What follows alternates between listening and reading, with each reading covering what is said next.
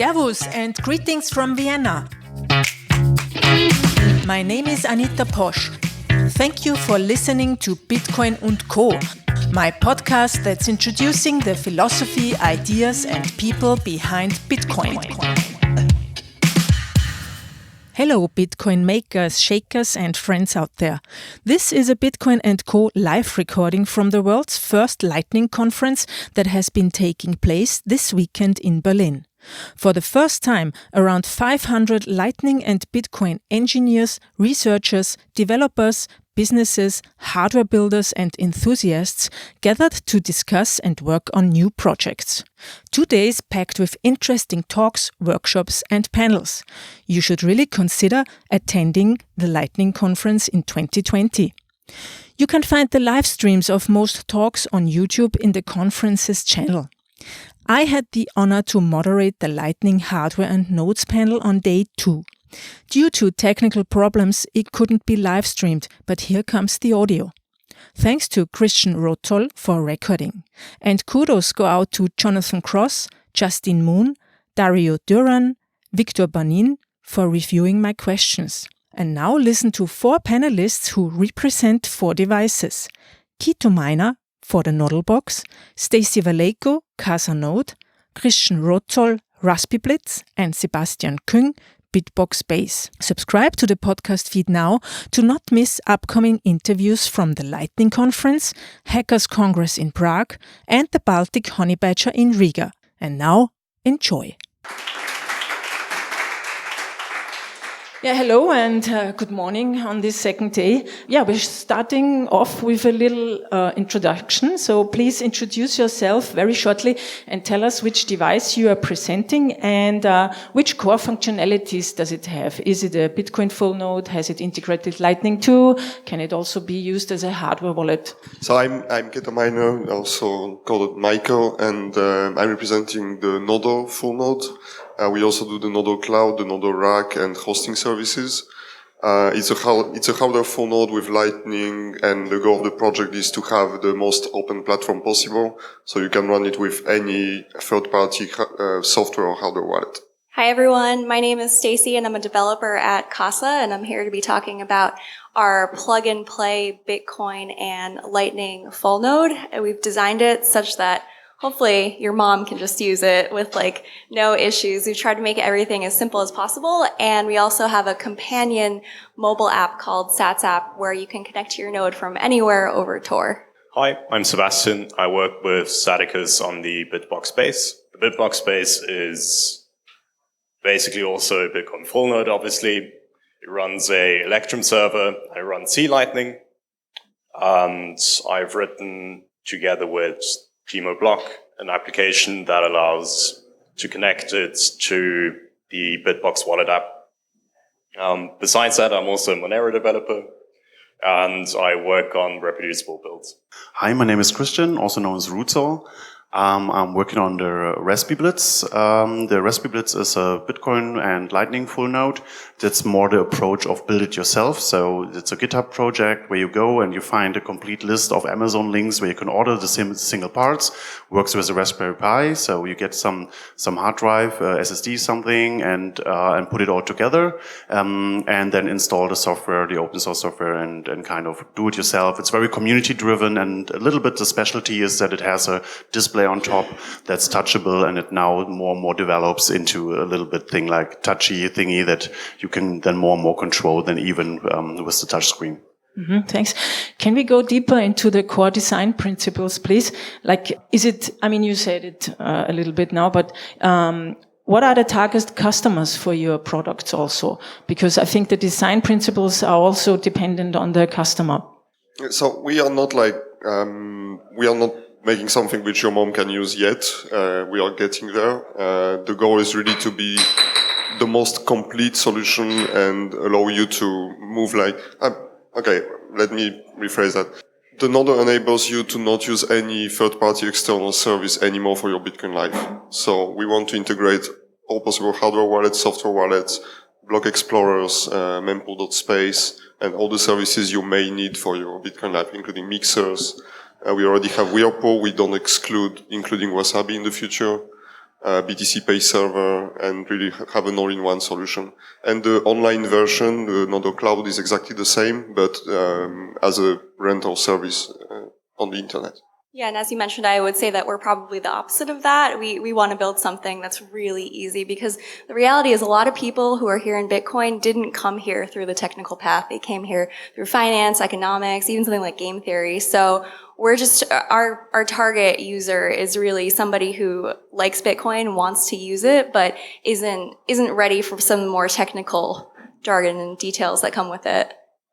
I guess in the end, we kind of all want to do basically the same, right? We want to give people a piece of their own personal sovereignty back again.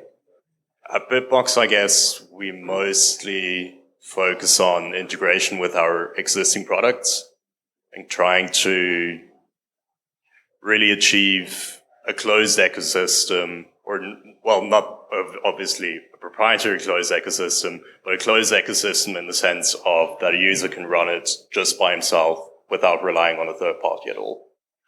For the RaspiBlitz, it's not really about customers, it's about community. So, it's a build-it-yourself approach. So, it's a little bit for people that are a little bit on the tinkering side, maybe the geeks a little bit.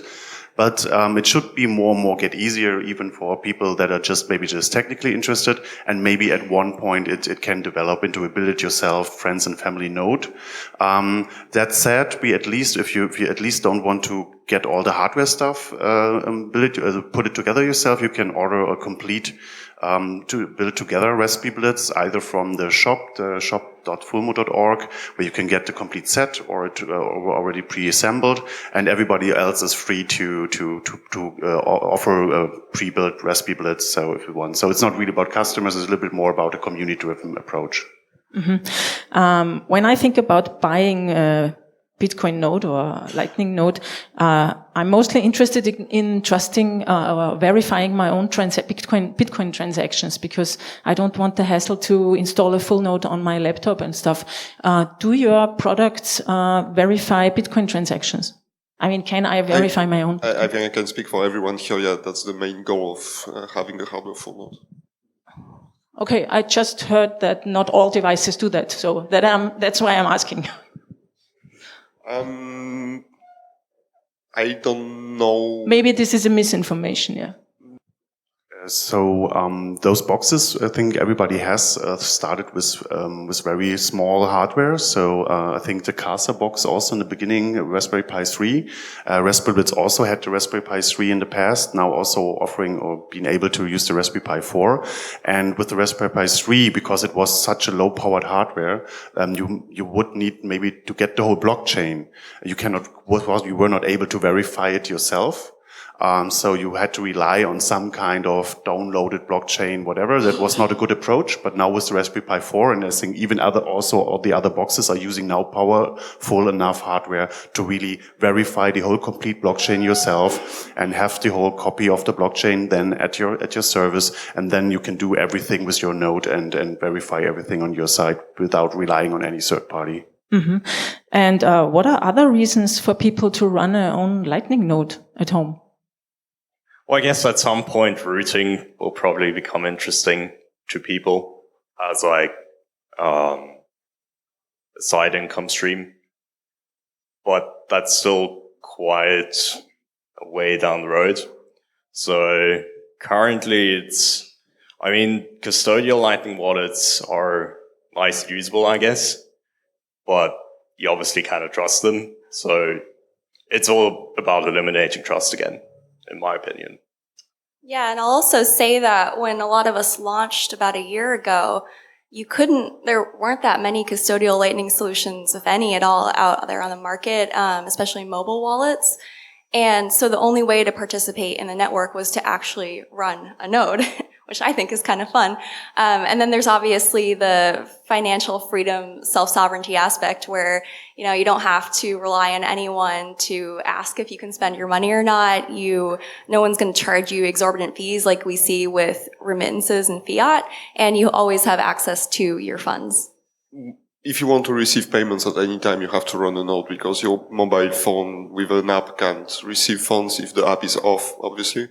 So either you run a custodial solution or you run your own full node. And also, with Keysend, which will hopefully be merged soon, it was supposed to be in 0.80, but it's not.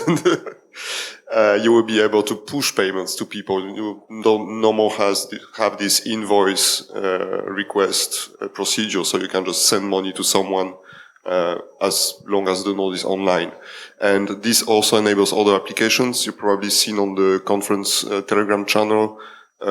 We work with our friends from Sphinx Chat on a chat application, which is based on the Lightning protocol, which is using Keysend to make a chat and payment application similar to WeChat, but over Lightning. Yeah, and I think at least from the RaspiBlitz idea, it's really the idea of having this friends and family node.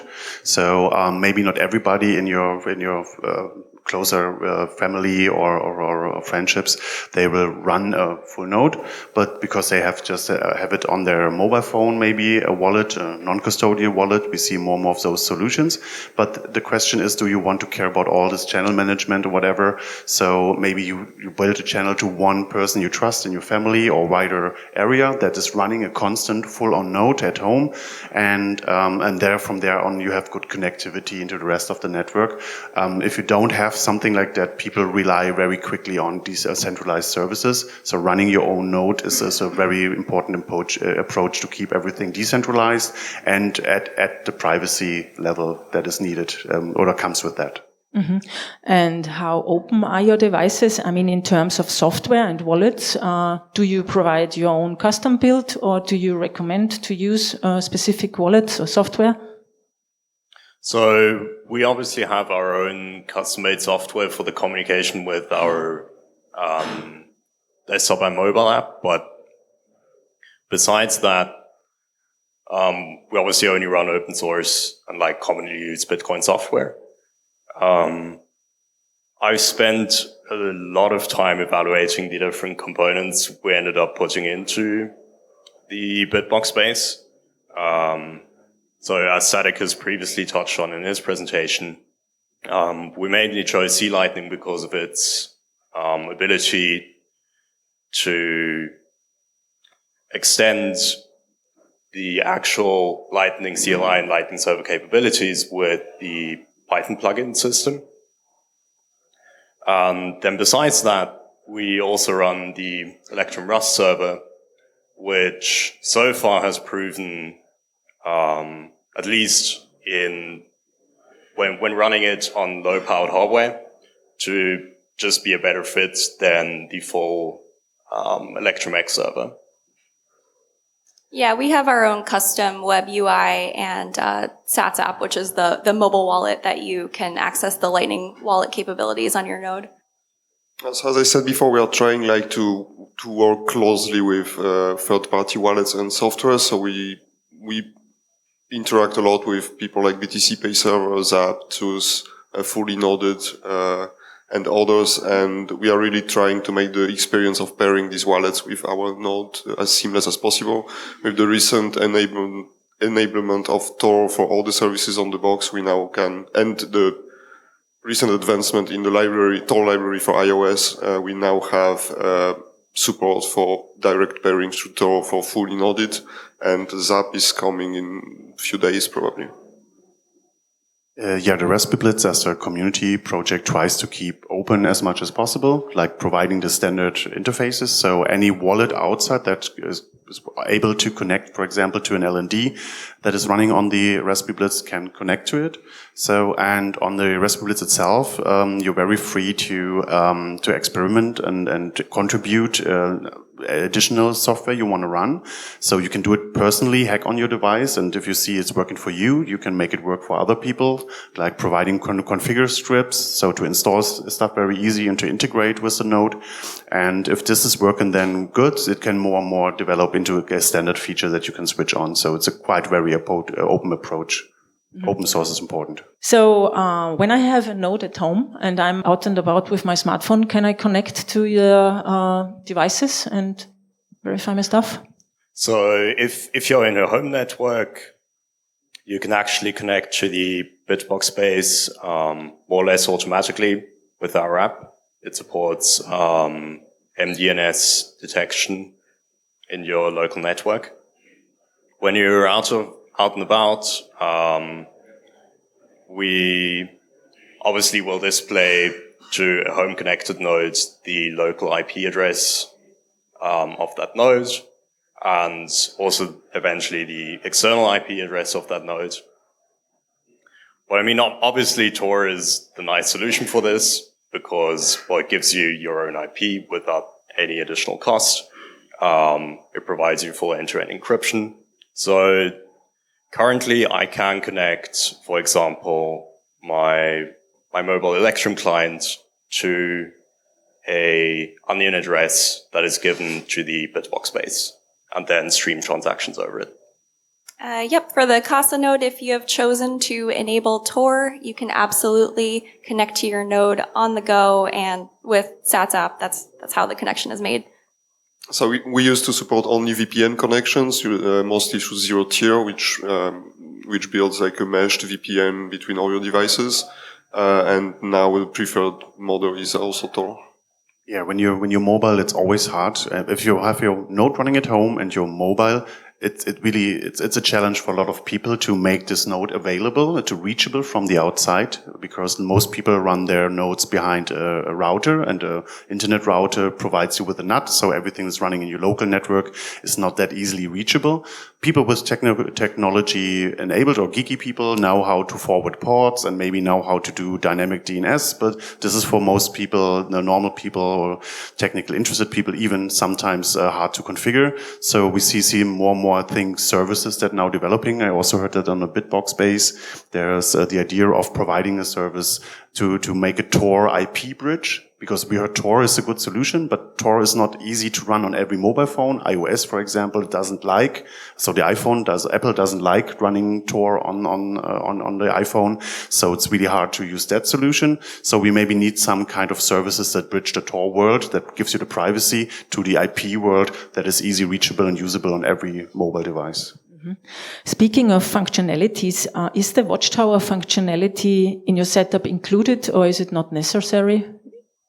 Just quick for the RaspiBlitz, the watchtowers the RaspiBlitz is using LND, and LND has now the first version of watchtowers in there now, and from the LND version itself, the latest one would support that is running on the RaspiBlitz, but we don't have it kind of integrated into the user interface, so people, they have LND running, they can configure it if they really want to, but the RaspiBlitz has at the moment not an easy interface to set it up. So you need to really get nerdy to get it going. We haven't decided on that yet. We've basically, we're currently basically just trying to settle on how we're going to build our Lightning API. So additional features like watchtowers are still some way down the road. So probably within the next 6 months, we'll have some form of watchtower support that we can announce. Watchtowers are definitely something that we have talked about and considered. However, I think we're in the same boat as RaspiBlitz. We're running LND, but I mean, you could go hop into the command line and turn them on. We highly discourage that, though, for our users. So not at the moment, no. More or less the same. We are looking into watchtowers, but we don't like to integrate things that we don't fully understand, and it's quite fuzzy still. So, okay. Let's talk a little bit about security. How would a user verify that the node software is correct and the node itself is healthy? And do you have any procedures or incentives for the hardware users that they run upgrades of the software or firmware regularly? So about the verification of what runs on the node, we follow like the best practices of every project. So if you go to a Bitcoin core page, you have a set of commands you have to run, like check the checksums, PGP signatures, same for LND and for the software. It's all automated. So if you want to trust our code, which is just simple shell scripts, you will get the feedback in the web UI if something fails, some check fails. If you want to verify it yourself, you're free to SSH into the device and just run these commands yourself and check that what we show you in the UI is true. About the updates, we don't push updates to the users because we don't want to the devices to ping home.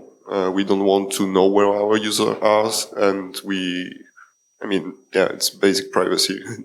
So we use DNSSEC to sign TXT records, which are used like for signaling of the updates. And when the device gets a new version, a button changes color to green to show that there is an update. The user can click on it. We are planning to use the same mechanism to push critical information to the users as well. So in the UI, when you log into the device, you will get a big red notification if there is some critical updates.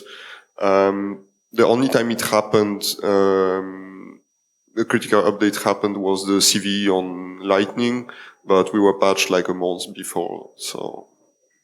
As far as updates go, you can log into your dashboard and see what versions of LND and Bitcoin you're running, but we really try to be as noisy as possible. We give you pop-up notifications in the UI, and we release blog posts, and for especially critical vulnerabilities like the most recent one in September with Lightning, we will reach out to our customers directly. And in terms of checking the health of your node, we just launched a really cool feature called Heartbeats with SatsApp, where you can request our servers to ping your node, and we incentivize this by if you get 5 successful heartbeats in a week, we will give you 10,000 sats. So we do full disk image updates, meaning we do not update individual components. So if there is a critical vulnerability in any of the binaries that we ship inside that disk image, we will have to update the entire disk image. That said, we can obviously not just shut down the node every single time we push out an update, because obviously that will be an absolute usability nightmare. But we haven't quite decided yet on how to notify the user on updates yet. However, I would obviously also like to use DNSSEC for update notification. Monero actually does that as well. At this point, I also obviously like to take the opportunity to plug reproducible builds. I give my Gitian signatures to the Bitcoin core releases. So we obviously then check with the normal procedure that's outlined in the Bitcoin core README on how to correctly verify and download the Bitcoin core builds. And then for the other components of our software, I'm kind of getting involved in their release process and trying to push them towards strict release processes and eventually reproducible builds. But yeah, it's an uphill battle always, so it will take some time. Yeah, the update is always a critical question, because you don't want to run a node at your home that is all under your control, but then automatically gets updates from a central kind of position. So because then the central position could take over all the nodes that are out there. So I think everybody tries to find a good solution for that, and our idea is really that you really have to do it manual yourself. You have to be a little bit aware, maybe on Twitter, to know, oh, there's a new version coming out, and then you kind of take out the SD card from the RaspiBlitz. You put the new kind of image on the SD card and then put it back in there. You can get a image from the website, from our website, that is kind of signed by kind of me personally. But if you don't trust me, for convenience, you can go and check out the shell script and see really what it's installed, because it's based on a plain Raspbian Linux. So, and then you can see really in the shell script what kind of services are added and how they're signed. So if you want to take that time, you can take that. So this is the way how we try to avoid having a central update service. So to don't get people into that convenience to expect that we will care about their hardware and software. So with Lightning, we have no seed. What happens if my hardware device is destroyed or it's stolen, for instance? How do you back up the channel states? Yeah, so we're very lucky that LND that is running on RaspiBlitz now has the static channel backups. So you have your seed, and then you have this static channel backup file that is always every time you open a channel or close a channel, this file is updated. Normally, you have it in your LND folder. The RaspiBlitz automatically makes a copy from your hard drive. If this file changes, or automatically makes a copy of this file to your SD card. So if something fails, you will find a copy somewhere. If the device gets stolen, so you should take care about remote backup, so that because you need the seed and this file, and if your device is stolen, this file is gone. So you need to make sure that this file, every time when it's changed, that it's be stored somewhere else, not on your device. The RaspiBlitz gives you two options for that. Either you configure an own server you have, and then it's an SCP. It will copy it automatically to that server. That's a little bit technical, but you can even use Dropbox for that. Yes, Dropbox is a centralized service, but this static channel backup file is encrypted, so you might want to could take this risk and just use this reliable or remote storage possibility. So it's your choice if you want to get nerdy, control everything under yourself, or you use Dropbox just as a central storage service, but it should be encrypted good enough so that you don't get it into a risk. So we will be shipping the BitBoxBase with a USB stick plugged in. When you start the base the first time, the Lightning seed, well, it is a seed, not seed words, will be written to that USB drive, and you can then take it out, and if you need to restore it from any machine that you want to. C Lightning just very recently started adding channel state backups, but as far as I'm concerned, I'm still a bit suspicious of them. So, yeah. I mean, the Nifty-Nay and actually basically two other people who contributed to Python plugins for backing up the C Lightning channel states have made great work so far, but I will give it some weeks to mature now. We are also using the static channel backups from LND. We save this to the SD card, which will protect you against hard drive failures. However, if the device is stolen, the best you can do is probably restore your layer 1 funds to using the seed phrase. So currently we're on LND, and what we are doing is you plug in a USB drive to the back of the device, and you have to put your PGP public key in the UI. So all the backups are encrypted. The seed is encrypted on the USB drive, and the static channel backup doesn't need to because it's encrypted with the seed itself.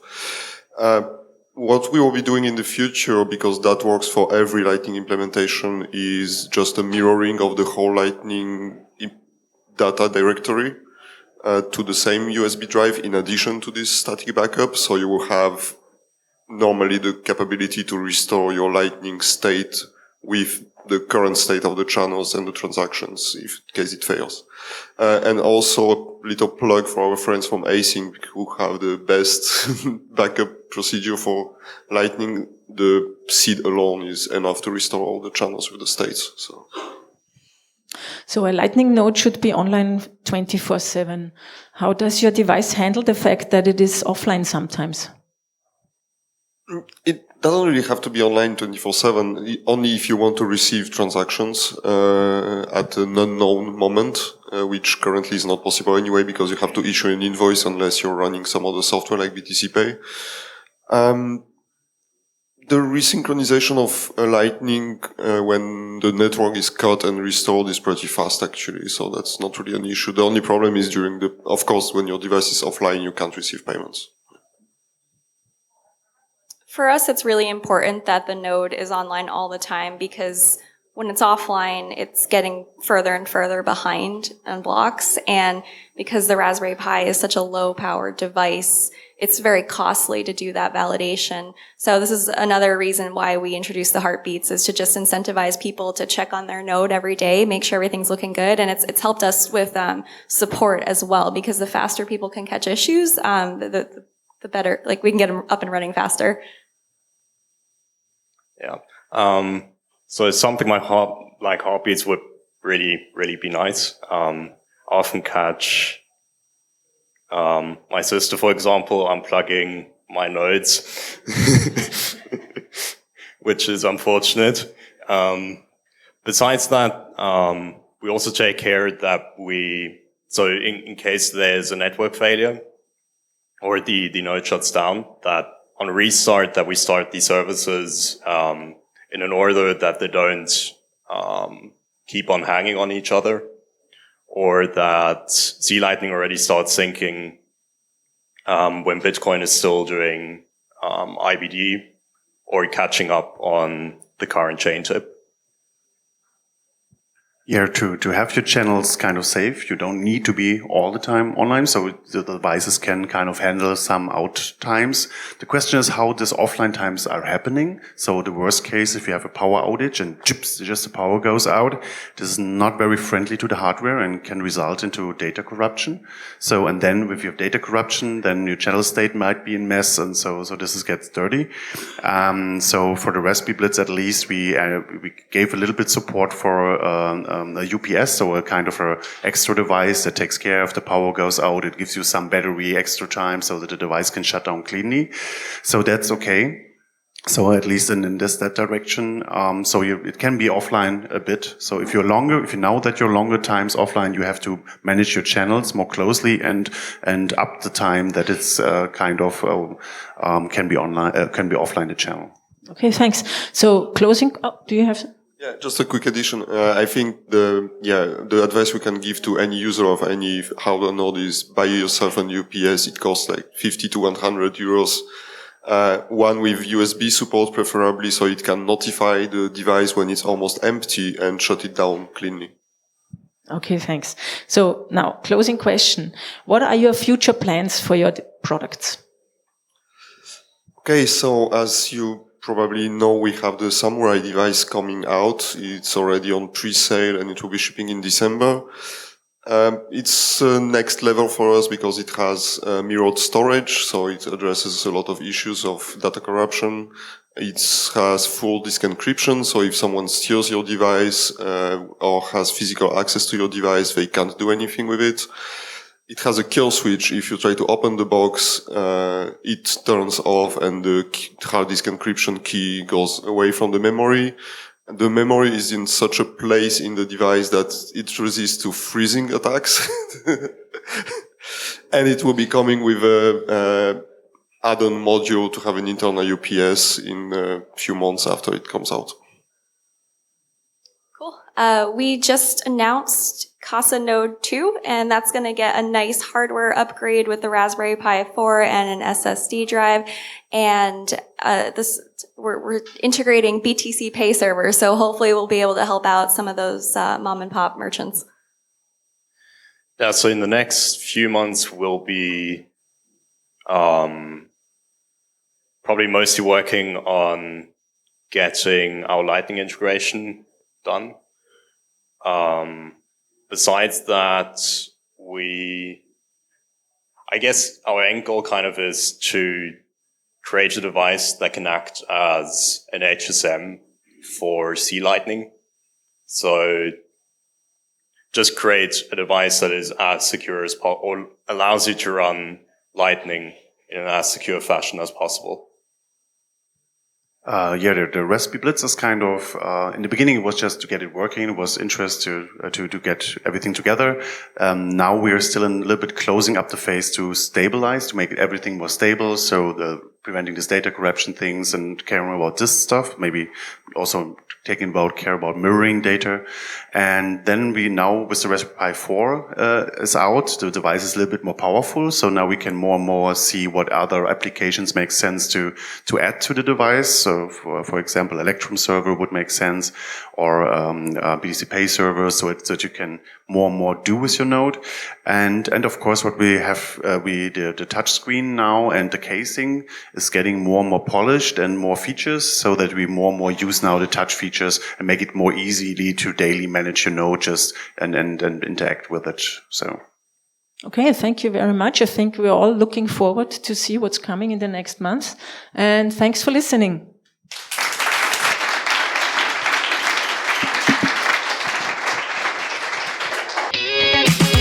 That's it for today. Thank you for listening. What did you think of the interview? Did it bring you greater understanding of Bitcoin and its people? If yes, and if you want to support my show, please subscribe to the podcast in your player, leave some stars and share on social media. Feel free to contact me on Twitter, LinkedIn and YouTube, or send me a voice message via the link on the episode page. Goodbye from Vienna. Auf Wiederhören. Music, start with Yes, Delicate Beats. Idea, content and production, yours truly, Anita Posch.